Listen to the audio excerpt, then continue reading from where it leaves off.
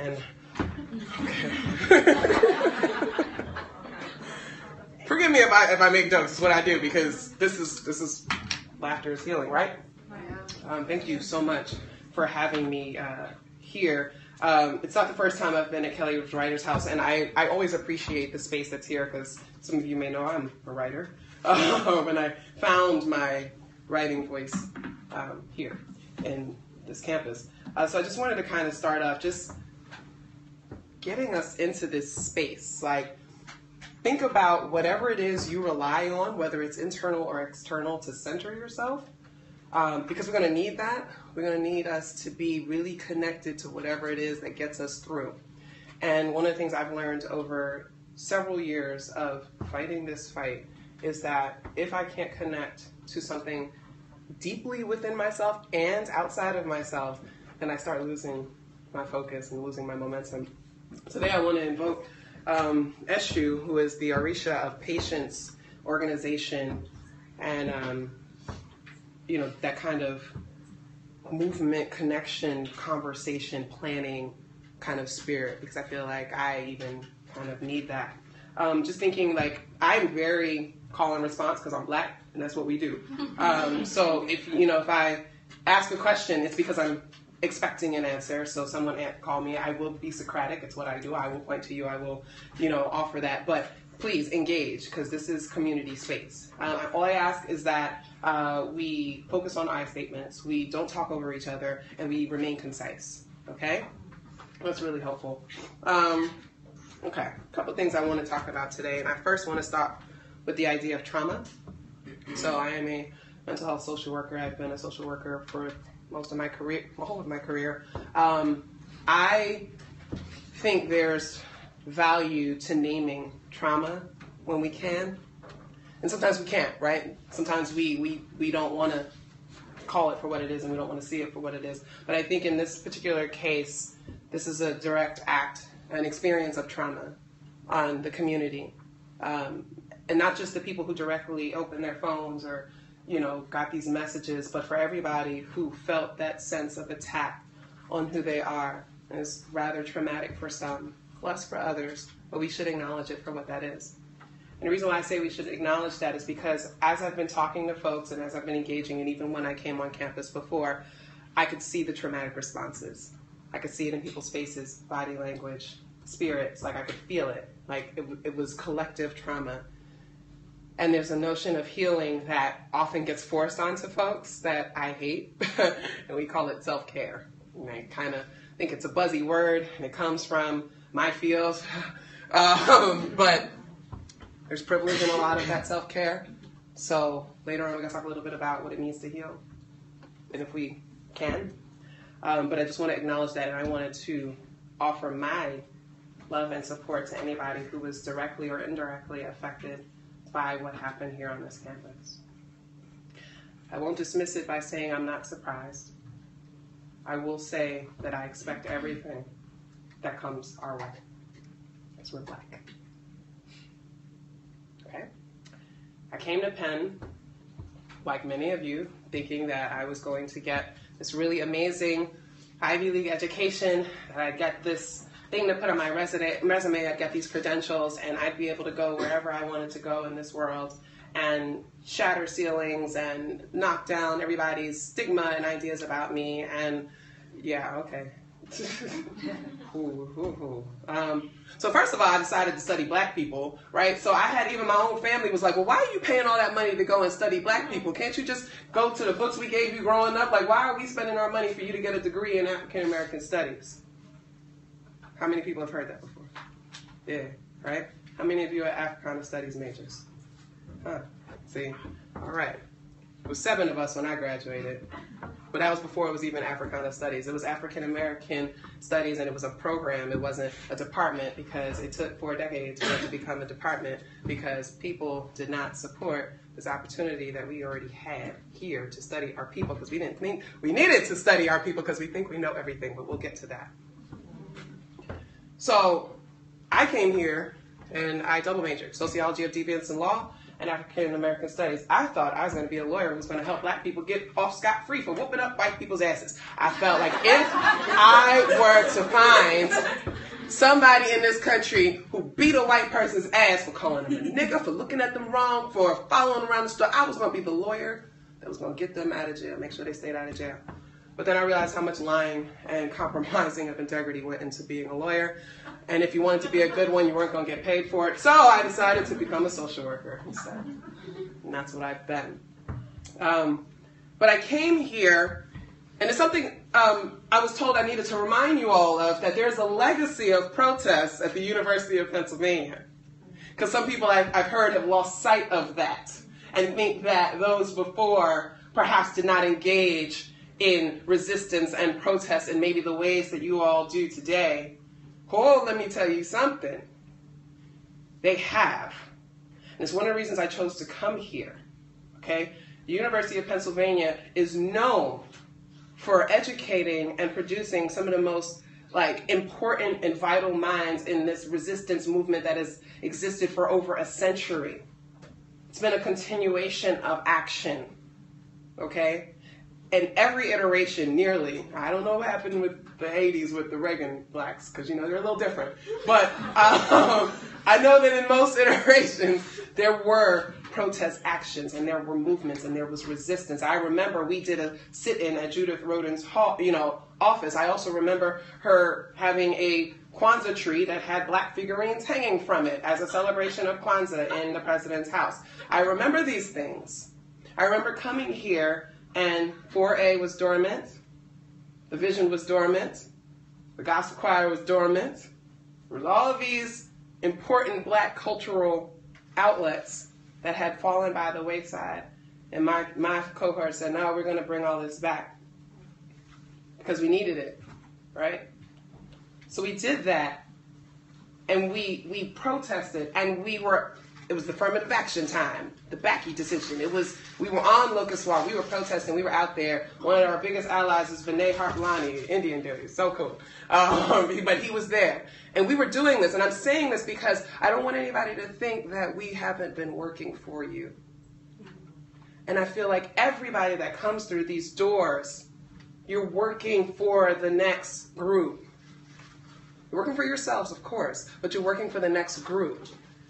And one of the things you have to remember is that it is a privilege to be here, regardless of race, regardless of class. Well, Donald Trump.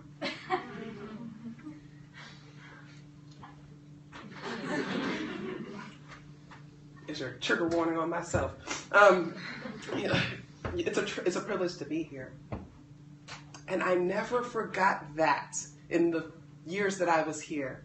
When I was volunteering in West and North Philadelphia, when I was taking the university's computers that they would throw out after 2 years and installing them in the community and teaching people how to teach each other how to use computers, and they couldn't find the on button. I never forgot that I was privileged. When that whole 40th Street corridor came up and all these stores that you all love to go to, that pushed out thousands of people that lived in this area in the name of your school, I remember that. I remember us resisting that. It didn't work, right? You got a grocery store now. I remember those things. And I remember that the feelings that we had whenever these kinds of racial incidents would come up, whether it was the targeted language or whether it was a reminder that this institution is an incubator of racism and that it spreads its racism throughout Philadelphia, like Columbia does, like any school that displaces people to give you an education. Keep that perspective in mind for the rest of your time here. People have been displaced so that you can be here. You can get this fine education. Okay? That humbled me when I realized that. I even battled resentment for being here and being complicit in the devastation of these neighborhoods so that this institution can spread. Okay? Just contextualizing some things here. All right? Because even with that, they still gonna call you a nigga to your face. So you can have that. You're part of it, the issue, but then the issue comes back and slaps you in the face because they still don't believe that you should be here. 2016, they don't believe you should be here. And some of you are not convinced that you should be here. Right? You should be. You got in. You should be here. But what does it mean to really think about knowing that you're opening up your phone or you're opening up your tablet and somebody is really telling you, yeah, we don't want you here. And knowing that it could be somebody you sit next to in class. It's probably because somebody who cut you off while you was going to get some food at Commons. Y'all still pay to go there? Or they let y'all in for free? No? You want to that sucks. Listen, I was broke. Shit. I was broke when I was here. I ain't gonna lie. It could be the TA that you have that gives you a harder time with your writing than they do someone else. It could be the person sitting in front of you in the large lecture hall and the row of blonde girls who will never be distinguished between themselves, so they won't get the absence demerits, but you and your black self with your big hair will always be noticed when you're not there, and so your attendance grade goes down. That happened to me. I failed the class because of that. Because fuck that class, though. It was 200 and something people, and it was political science, and it was bullshit, so I didn't go. But I knew other people wasn't going either, but they all looked alike, so they got away with it. Right? They probably voted for Trump. You have that trauma. You have this trauma of the past. I'm talking about what happened in our past. I'm talking about this legacy that we have here of fighting things here. I will never forget going into that president's house, and she had a goddamn Kwanzaa room, and in the middle was a tree, a wicker fucking tree that had black figurines hanging from it. And I remember standing there, and we were all kind of looking at each other like, is this happening? But then we were laughing, but then we were like, that was trauma. It took me a few days to process this. Like, how does this happen? Right? But then we got generational trauma, right? How many of you are here because you're doing it for your ancestors who never got the opportunity? How many of you are here because you come from a family where people did not go to college? They barely made it out of high school. You feel like you got to be that one? Or maybe it's a generation where you are somewhat removed from that. And it's not like it was 20 and 30 years ago where damn near everyone was that person. I don't know. But I think there's something in us when we come here that we feel a certain level of responsibility, not just to ourselves, but to other people and people who came before us. Right? Isn't that the line? These people died so we could blank. These people fought so we could blank. So there's that sense of responsibility, but what are we doing with it? And when I talk about next steps, I'm going to revisit that question. So I want to acknowledge that trauma happens. I want to acknowledge that we live with the residual effects. I want to acknowledge that it can stress us out. It can make it hard for us to get up and function. I know some of you were missing classes. Some of you weren't going to classes. You weren't going to social spaces. You didn't want to be around other people. You couldn't concentrate. You couldn't focus. You could barely get out of bed. That's traumatic response. Name it for what it is. And if you feel safe enough getting assistance here on campus with counseling and things like that, please do that. If you have your sister circles or your brother circles and you got to go that way, cool. If you got to exercise it out, cool. If you got to smoke and drink it out, cool. You got to do what it is that helps you get through and helps you deal with it, but please acknowledge it for what it is and don't erase that. Because I think so many times we were been expected to erase that trauma, right? From when they owned us and when the neighbors came over and they told us that we had better smile, and if we showed discomfort, despite the 40 lashes we got yesterday, that we would be in trouble. That's how we learn to mask it. That's how we learn to act like we're okay. That's where we get the don't be acting up in front of white folks. That's where we get that from. Not being given permission to acknowledge and claim that trauma. Okay? What does healing look like? Who's ever had to heal from something like a cut or a wound? I don't know, because when you guys were younger, your parents didn't let you go outside and run around. So did you ever skin your knees? Did you ever heal from some kind of a cut. What's your process? You get a cut. What do you do? Anybody? Huh? You cry? Yeah, because that should hurt. What else do you do? Clean it with alcohol. You clean it with alcohol. Yes, clean it with alcohol. Or peroxide. It burns a little less. Neosporin. Yes, Neosporin will heal it quickly. Leave it alone. Leave it alone. You leave it alone. And let the world do it. Right? My mom ain't get no Band-Aids. Your mama ain't had no Band-Aids. Respect to your mama. You got to air it out. You got to sometimes you got to let that wound get that air in it. Anybody else have any other ideas? How do you heal from something like that? You rest. You rest. Yeah. Your body's got to heal itself, right? That's pretty much what's happening. I mean, you can put all the ointments and things like that, but your body's going to heal itself at its own pace, and it's going to go in the way, and it may leave a mark. It may not if you get the Neosporin, and if not, afterwards you can get the contour and make that happen. But you're gonna heal at your own pace, and somebody coming along and saying, "Ooh, that's an ugly scar. What are you doing about it?" is not really what you need to hear, right? So that's why I'm not coming here to tell you to do that. I'm not forcing you to move into a space of healing, because I don't think you have to be healed to do work. I don't think you have to be whole to fight.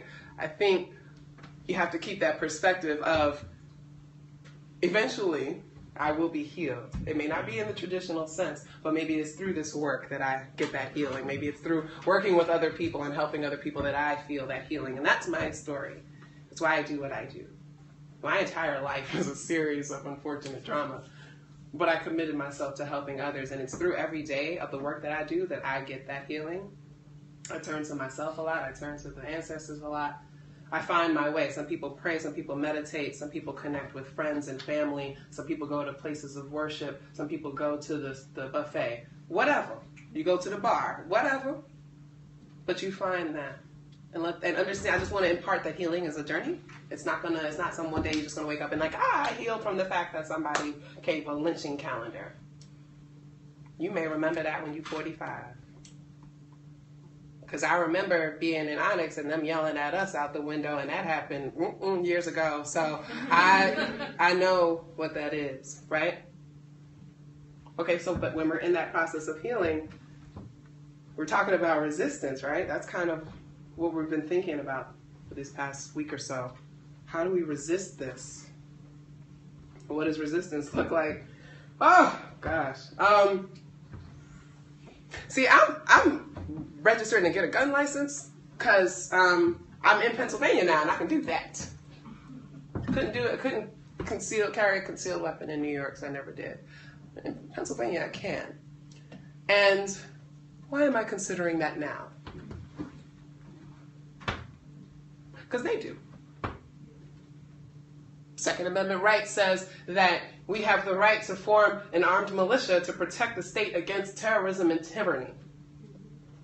So if black people are our community and the state is terrorizing us and imposing tyranny, do we not have the right to form a militia and arm ourselves to protect ourselves?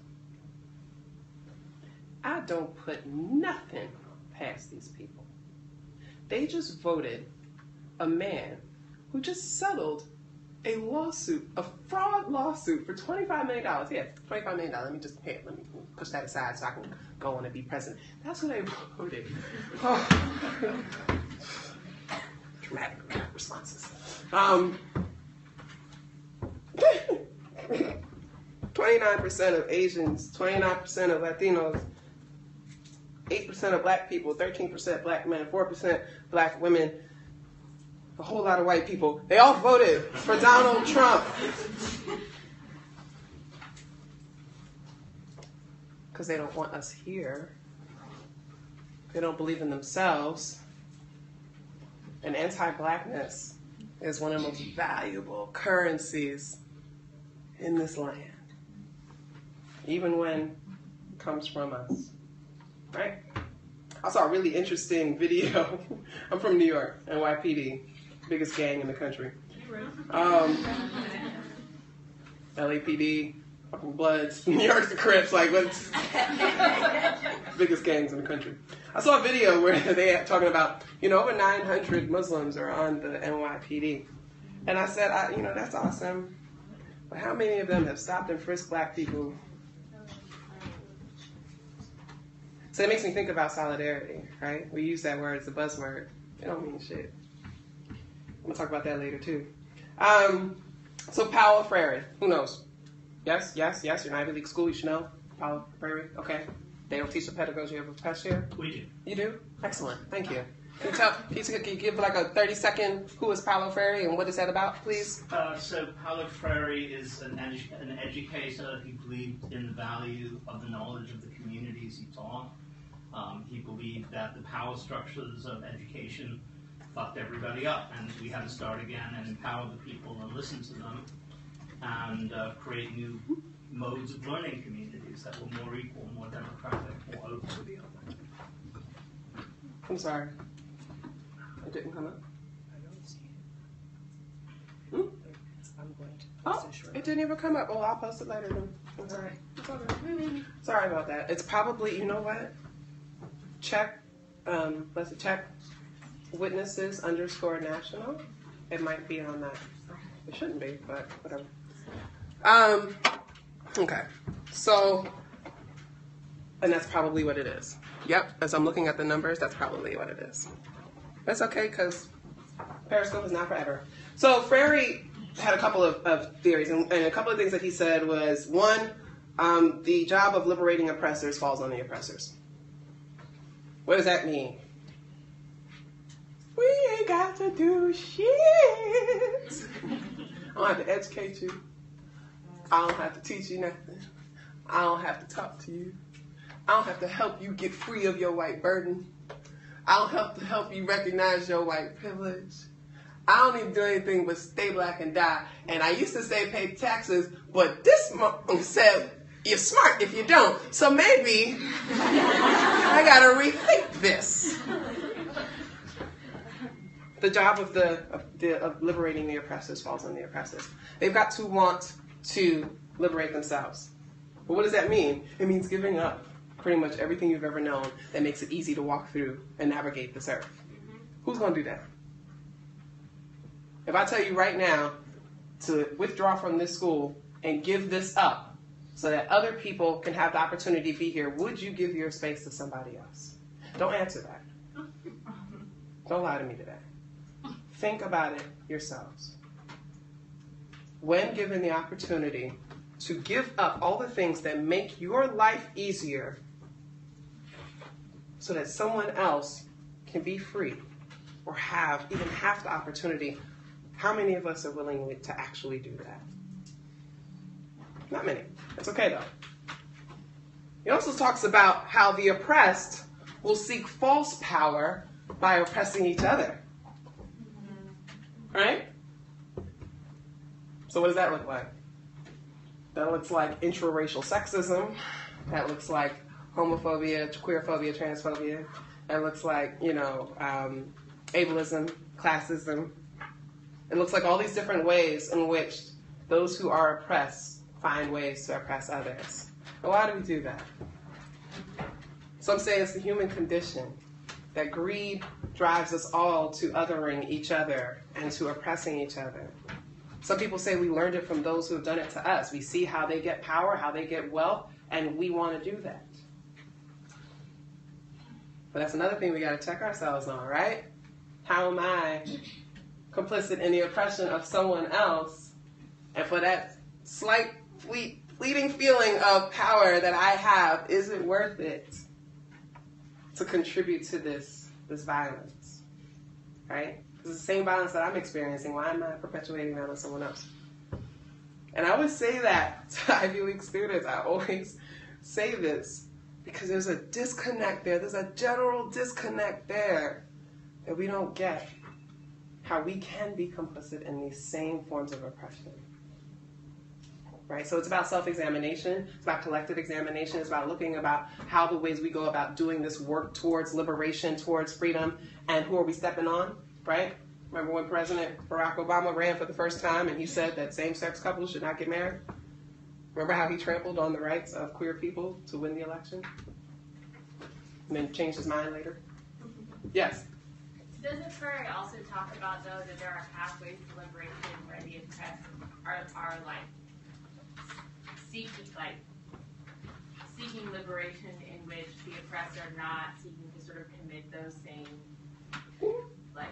right? So that there are pathways to liberation in which we're not seeking to oppress each other or even the oppressor in the same ways that they once oppressed us. Mm-hmm. My pushback on that has always been, do we know what liberation looks like? Does any oppressed person know what freedom looks like? What liberation looks like? Have we ever seen it? Black people in America, have you ever seen a time in the United States history and beyond where we have known what freedom was? No. So what are we fighting towards? Anybody have an idea? What are we fighting towards? Feel free to answer. Something that we imagine, or something that our imagination of something. Right. Our imagination of something. What are we fighting towards? Is it anything concrete? Is there anything that we can put our finger on? Let's go outside of the United States. Is there anything globally that we can look towards that looks like liberation for Black people that we can say this is what we're working towards? No one has an answer. Because I argue it doesn't exist. And so while Frary was talking about pathways, my pushback has always been, it's almost off a cliff. Because if liberation is on this side, and we know we've got to build a bridge to get there, we don't know what it is, so what kind of bridge are we building? What kind of bridge do we need to get there? We don't know. Because we have never seen or experienced it. And so we continue to find liberation as the opposite of oppression, right? But what does that do? It creates this duality between the two where they can't exist without each other. And is that free? Are we truly free if the definition of our liberation includes being the opposite of oppression? If the only way we can conceive of liberation is by opposing oppression, what does that mean? I'm not sure that that's freedom, and I don't have the answer for this. But it's something I've been putting out there for like a couple of years now. It's like, I don't think we have a full grasp on it, and part of why these movements struggle is because we don't have that point. We're imagining it. And as we get closer, and we know these goalposts are moving, as we get closer to what we imagine, right? We imagine having a Black president might be that. Whoa! Alas. Alas. We have a bomb-dropping centrist who didn't close Guantanamo Bay. Right? I love Obama. I love Michelle. She don't. That's what everybody loves. Everybody loves Michelle. And we accept Barack, right? Let's be real. Let's be real. Can't have everything. But you could close Guantanamo Bay. 8 years. Not very long to do that. So I say that particularly to the so-called allies. How many of you are allies? It's okay, you can raise your hand if you think you're an ally. It's okay. I'm going to shit on you in like 2 seconds, but it's okay if you think that you are one. Not because you're a bad person. It's not you. It's not your fault. It's a linguistic issue. It's the wrong word. Slut-shaming is the wrong phrase. Stop using it. It's bullshit. Allies is the wrong word. It's bullshit. Stop using it. So I broke this down August of 2015. And this has been taught around the world. And it's cool because ain't nobody paid me for it yet. But that's all right. Contribution to the greater good. An ally, right? When forming an allegiance, what are you doing? You're forming a mutual benefit for both sides, or all sides involved, right? When I say people, when you think of Black liberation, right? We know the benefit for Black people. What's the benefit for others? Is it exactly the same? Is it a mutual reciprocal benefit? So why are we calling it an allegiance and allies? Go to dictionary.com, look up the word ally. What are allies? Somebody do that and we'll come back in a few seconds, give me the definition. There is no mutual reward or benefit to white people or non-Black people when black people are free. So when you say Black Lives Matter, that's awesome. But black lives being liberated and being free might actually hurt you in the long run. Right? So when you are a heterosexual who says that you are an ally to a gay person or a lesbian or a pansexual, and you're saying, yes, I'm an ally and I am there, what is the benefit? What is your benefit when queer people get to be free? What do you get out of that?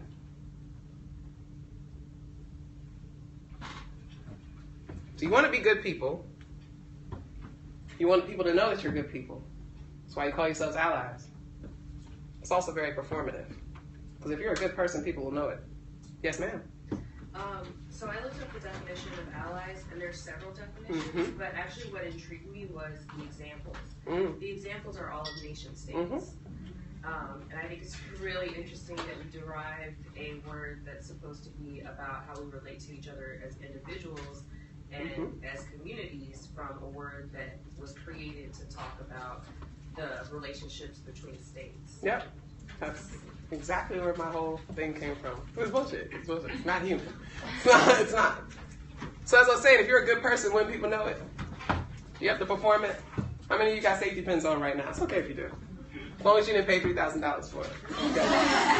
I'm good. Did you see that? They're selling safety pins for $3,000. Meanwhile, people like me looking at our refrigerators like, ooh, what are we going to have to eat this week, right?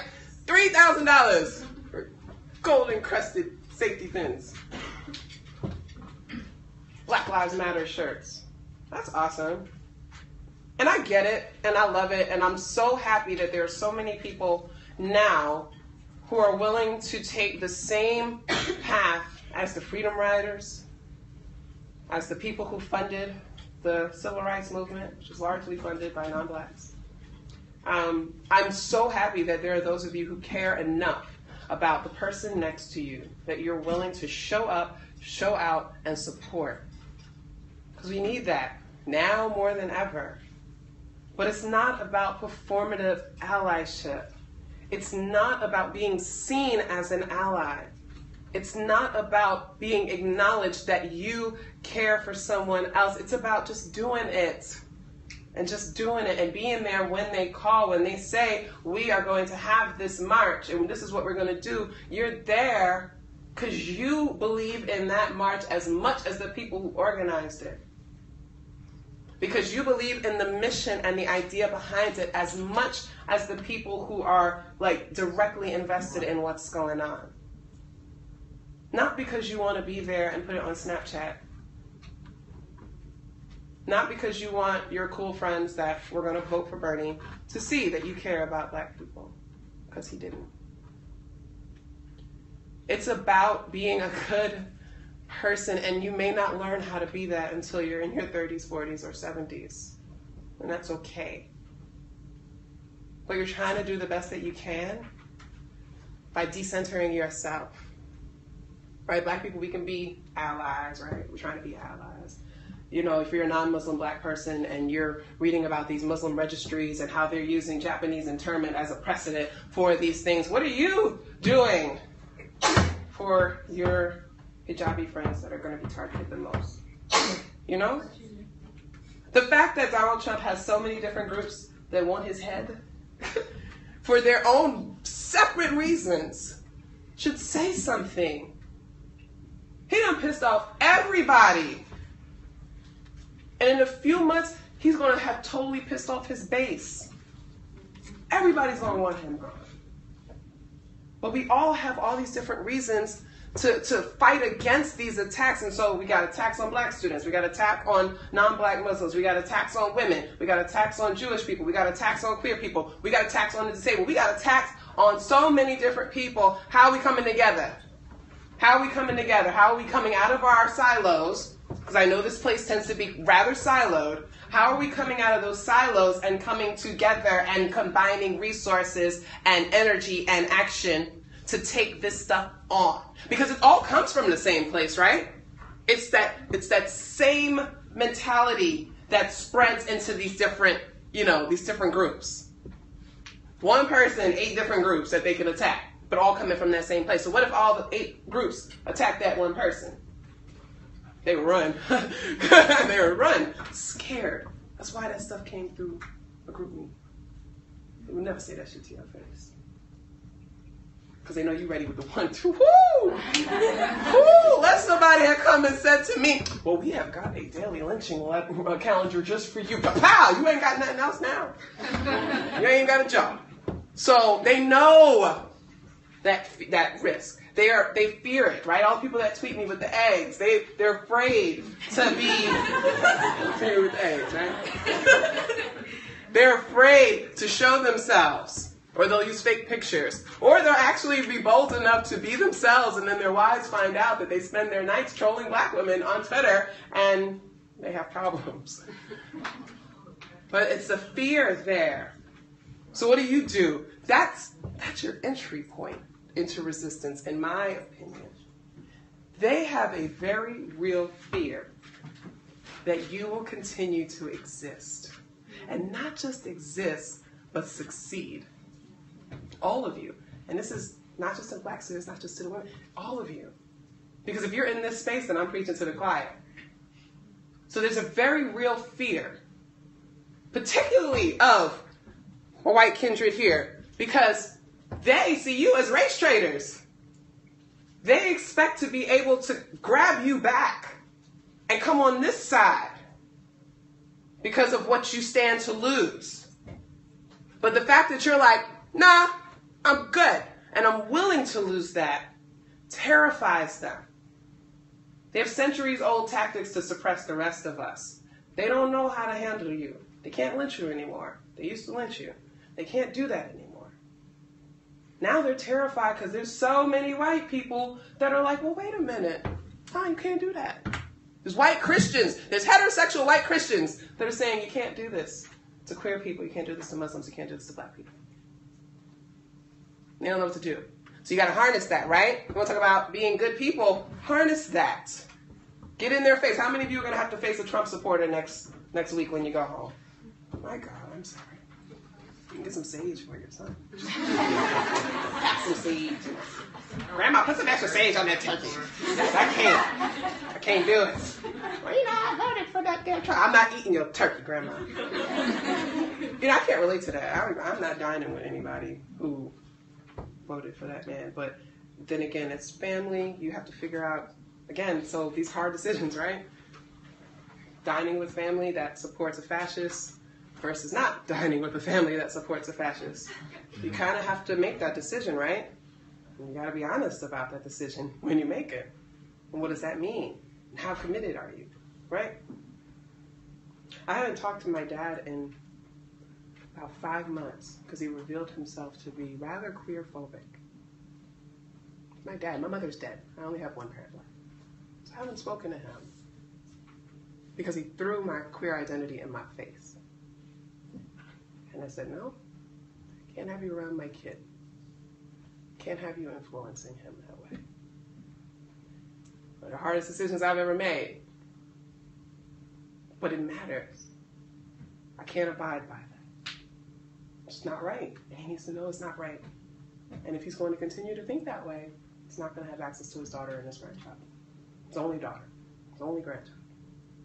So, I'm just thinking about sacrifice. I'm not telling you all to do it without having done it. I've done it.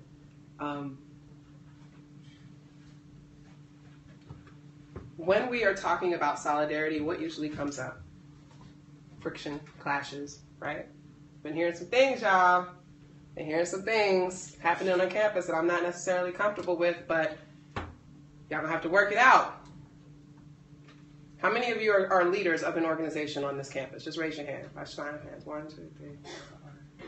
Got a number of leaders here, right? Do you all know each other? Raise your hands and stand up, please. If you're a leader of an organization on this campus, a group, an organization, no matter what type it is, please stand up. Look around. Do you all know each other? Are there people that you don't know? Okay, before you leave, can you make sure that you know all of them and their names? But for those of you that do know each other, do you work together regularly? Guess so? No, not really? Yeah, kinda? Okay. Keep standing. I want to put you on the spot real quick. Sister with the scarf, yes. What's your name? Dorothy. Dorothy, what organization are you a leader of? White Coats for Black Lives. I'm sorry? White Coats for Black Lives. White Coats for Black Lives. Sister right here. What's your... Kimberly. Kimberly, what are you leader of? Blackboard Undergraduate Association. Okay. Sister. Lambda Alliance. Lambda Alliance. Minority Association of Free Health Students. Okay. Med Challenge is the mixed and American Yes. student group on campus. Oh, they're still, yes. Yeah. Love that group when I was there. Love that they're still, yes. Penn Weekend Service. Penn Weekend Service, you. Penn Association of Gender Equity. Okay. So a lot of girls and gaps that I know is here. What about you? Doublespeak Translation Magazine. What's that? It's a literary translation magazine. Yeah. Pretty awesome. It is. Well, what about you? Oh, I'm the head writer for The Vision. Yeah. Ha ha! All right. I'm sorry. It's my personal passion there. In the back, this is with the black. Is that black? Gray? Yeah, you. Onyx. Say it loud. I'm black and I'm proud. Yes. So we've got all these leaders here, right? Somebody tell me something tangible, measurable, that you and your organization have been able to accomplish for the advancement of black people on this campus within the last year.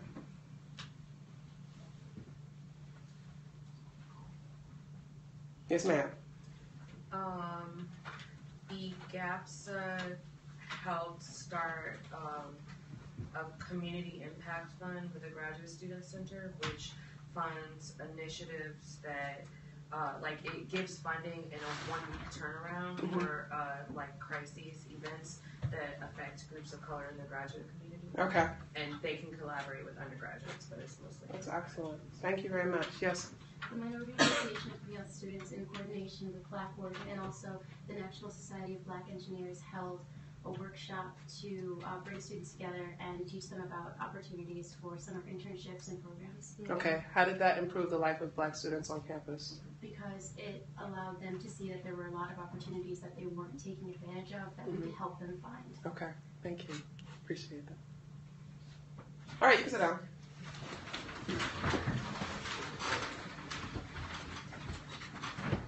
I point that out because we got 2 more answers than we would have gotten during my time here. We got groups, and we got organizations with missions and statements and plans and platforms, and we can't identify how we are effectively improving the lives of black students on campus. I'm very serious about that. I have a smile on my face, but I'm smiling because nothing has changed. But I'm pointing this out because we get funding, we have these workshops, we have these forums, we have these things, and yet you're still getting group me's with 8 pictures calling you beggars, right? It's hard. It's hard to know that you've been doing this work. I mean, groups have been working for like decades, trying to improve the lives of black students on campus in really tangible ways. And it's so hard to identify how we've been effective, right? We have, and I could probably point one out for each of your groups, but it's hard to articulate that, right? Yes? Well, what do you mean by improving the lives of black students on campus? That's a great question. Well, first you have to think that things aren't that good. And some people think that they're fine, so that kind of makes it arbitrary and kind of subjective. But I mean, okay, this is what I mean. In this last week, I've spoken to a number of different people, different leaders and folks on here, who have come up with so many direct actions, a list of demands, these different things that they want to get done and see happen on campus as in response to what happened, right? And I'm looking at this list and I'm like, this looks a lot like the stuff that we were talking about. These are these very specific things that if the administration put it into place or if the funding was there, that black people would feel safer, they would feel more respected, they would feel more connected to the community, more represented in different spaces, they would feel valued in classroom, all those kinds of things that we've been pushing for. So when I see these lists and when I see these conversations and I hear people saying, we want this and we still need this, blah, blah, blah, it's telling me that we haven't been getting those things, that black students are still going into classes and still feeling oppressed, that they are feeling, like walking down the street, they are not feeling safe, that there is this cyber terrorism that's happening that they're not comfortable with, that we couldn't account for back then. We didn't know it was going to happen like that. But what it's telling me is that when these things happen and you respond collectively with a list of things that would make your lives better on campus, my question is, how have the groups on campus that are focused, kind of focused and not focused, right? You don't have to be focused on black issues to be working towards that. How have they been able to move that along? And I think for me, this is not to condemn anybody here, trust me. I don't expect you to work miracles. You're focused on your education. You're still figuring yourself out. This is a huge identity forming thing. But I want you to think about how long we've been working at these things to improve black life on campus. And these things keep popping up to remind us just how long we've been working to improve black life on campus. So perhaps it's time to think a little bit differently. I don't know what that looks like. Maybe it's changing our approach, changing who we talk to, changing the fact that we keep talking to people that are not listening. I don't know what it looks like, because that's up to you. You're the students, you're here. You have to lead that. But what I do know, and I can speak from some older times, is that we need tangible, measurable change. Because 10 years from now, they're going to have that same reaction when that next thing happens. So I want you to start thinking about that. When you go back to your groups and you're like, okay, we have been doing this, and this, but what has the outcome been? So maybe we need to try this, and this. And maybe that group over there has been doing something that's been really amazing, but we need to amplify that because people aren't hearing them. Or maybe nobody knows that this group was meeting with, the vice provost or things like that. Maybe we should have been there to support them. Or this group is having this particular forum and it's on a Friday night and we all decide to go elsewhere instead of supporting them. That's kind of what solidarity looks like. It's prioritizing the improvement of all the greater good over self. It's hard to do as a college kid, trust me. Friday night, wings, vodka. It's hard to do as faculty. It's hard to do as faculty too, because you're getting paid to work here. You have an obligation to the university that writes your check. But think about it for students. You're paying them. You're paying them to oppress you. Why? Why? Why are you sitting in classes and letting your professors talk to you like you don't have the sense worth a damn? Are you not in an Ivy League institution? I mean, granted, there's some white mediocrity happening here, but I mean, for those of you that are disenfranchised people, you had to work damn hard to get here. So why are you letting a professor talk to you or mark up your paper as though you're a fool? Why are you letting that student ask you to speak for your whole group? You ever been asked to speak for 40 million people? You ever walk out of a class because somebody asked you to speak for 40 million people? I have. I'm not paying for this. Right? So what we're going to try to do today as we do this, we're going to have these rooms, and this will be right after this next point that I'm going to make. We're going to have these spaces where if you're interested in, first of all, meeting the other people in this room, and bringing your own knowledge and your own experiences, but also opening yourself up to learning other people's ideas and strategies and tactics and things like that, and building, we're going to have a couple of rooms set up. One room is going to have that writing space that Maya and Lily talked about earlier, where you can kind of go in and kind of read the boards and add your contribution to that, and that can be cathartic for you. We're also going to have a room that is going to talk about the institutionalization of racism and how that manifests on college campuses. We're going to have one that's going to talk about sexism and misogyny on college campuses outside of sexual assault, because we tend to focus primarily on sexual assault when we're talking about that stuff. But there's a whole hell of a lot of other things, particularly being a woman-identified person who sits in a room of, masculine and man-identifying people who just act like you're not there, and when you try to assert that you're there, and they try to shut you out. Like, that stuff happens. It's not just the sexual assault, although sexual assault is a very important thing. There's other things that are happening here. The faculty stuff, tenures and who's offered what. There's a whole lot of that. So there's going to be a conversation about how we can do that. And that's when I started and I said here, did you notice something missing? There's hardly any men here, but I appreciate those of you that are. But that's also something that has not changed. Any of this community and organizational building and these kinds of things are generally dominated by people who identify as women or femme or things like that. And yet, they will say, we're the leaders. Submit. Follow us. Walk down a different street in this march. And they know what they did at the March on Washington, so the women walk down the other side. Didn't Bayard Rustin remove all the women from the speeches? He was gay, though, so he was cool, right? So cool, he made sure there were no women speaking. So we're going to have a room about that. We're going to have a room about the Community Organizing 101.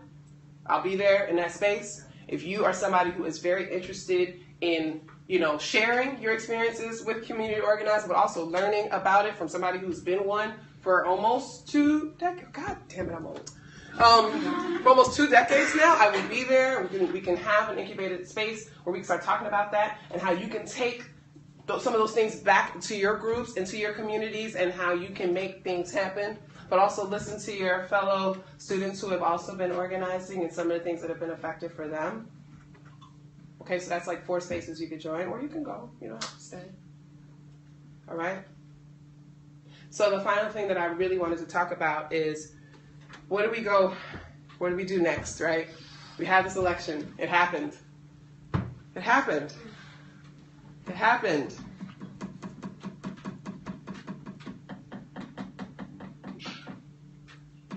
Sometimes I feel like I need a moment of silence for what just happened.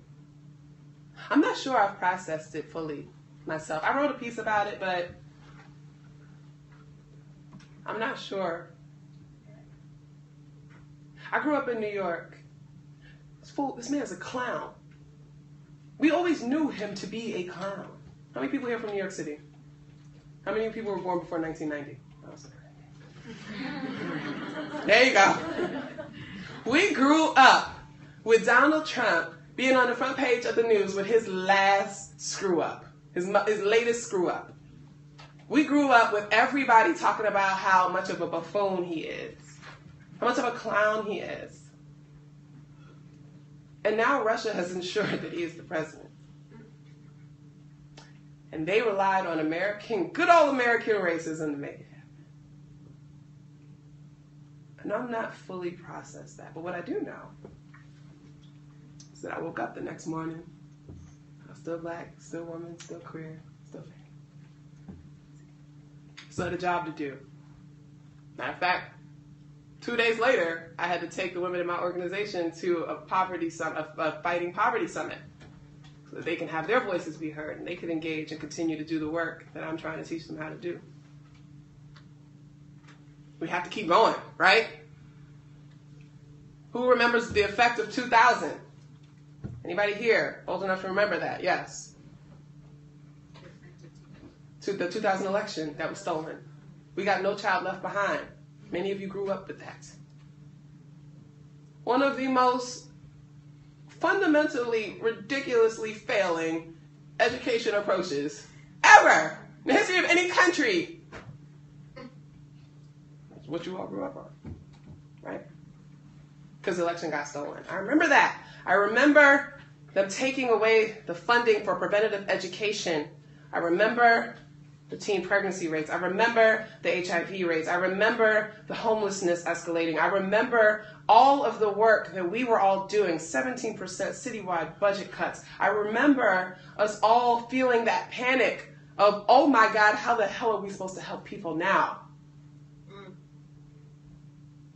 16 years later, still haven't figured out how the hell we help people out. Still reeling from that. And now we got hit with this? Now we got hit with this?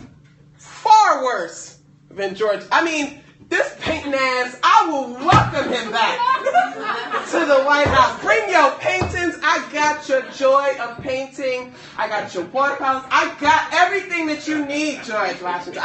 Judge, whatever, Walker Bush. I would welcome him. That's how bad this is, right? But we still kept doing the work. In my career, I've housed over 1,000 people. Got them off the street into apartments. Still had to do the work. Fed people, clothed people, helped people that are coming out of jails. You still have to do the work. So yes, he won, but you still have to do the work. And what I want to talk about in these breakout sessions, if you decide to stay, is what does it mean to be a college student who does this so-called work? Because it's one thing to get started here, right? And you start learning the basics, and it's fun. It's right. Yeah, we were marching, and we had this, and da-da-da-da. Because you don't have the risk of job. Many of you don't have children to feed. You kind of, what's the word I used earlier? Yeah. There's a privilege in protest. It's a privilege in protest. Notice how we often push forward the lightest among us, those with the closest proximity to whiteness. We tend to push them towards being mouthpieces. The people who have the ability to, bail themselves out of jail, we tend to push them forward. There's a privilege in being able to protest. Think about every undocumented person who cannot protest for themselves. Think about you have this rally and you know that police are going to be there and you're not even thinking about, wow, we should be making protections for undocumented students. You don't even think about it. Because they feel disenfranchised from being able to participate in that process. And then we end up looking at them like, you didn't even fight for yourself. No, I can't. There's some people with strikes against them that cannot be caught out there. Want to be, can't be. It's a privilege in protest. So that now that you have it, what are you going to do with it? Is it just for social media? Is it just for awareness? Or are we redirecting it to actions that are measurable, timely? Smart, I know you can hear this. Some of you getting this in class. I used to laughing because, it still works. It's valid. Smart, measurable, achievable.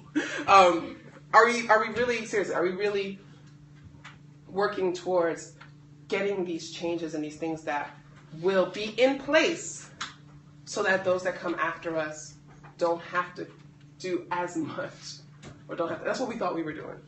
We thought we were. And many of my colleagues and I are really saddened that this happened. Not surprised, still saddened. And we're all kind of like, why did we have to do this? Like, why is this happening right now? These people they're too young. They don't need to deal with this. But we dealt with it too. And we survived. And we are all working. Think about your career choices.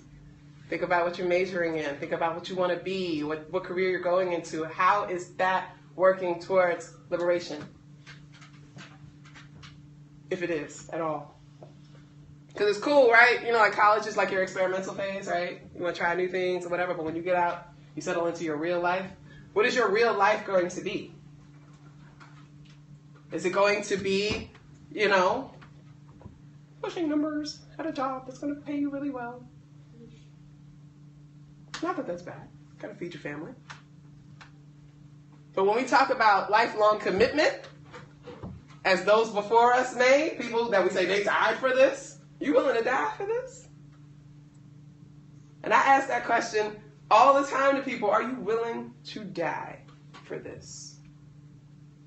And most people are not. And that's where we get stuck. Not saying that anybody should have to die, But we know, history tells us with revolutions, we know what we're fighting against. Anytime you resist oppressive, they come back with violence. That's what they do. They try to suppress. That's what they do.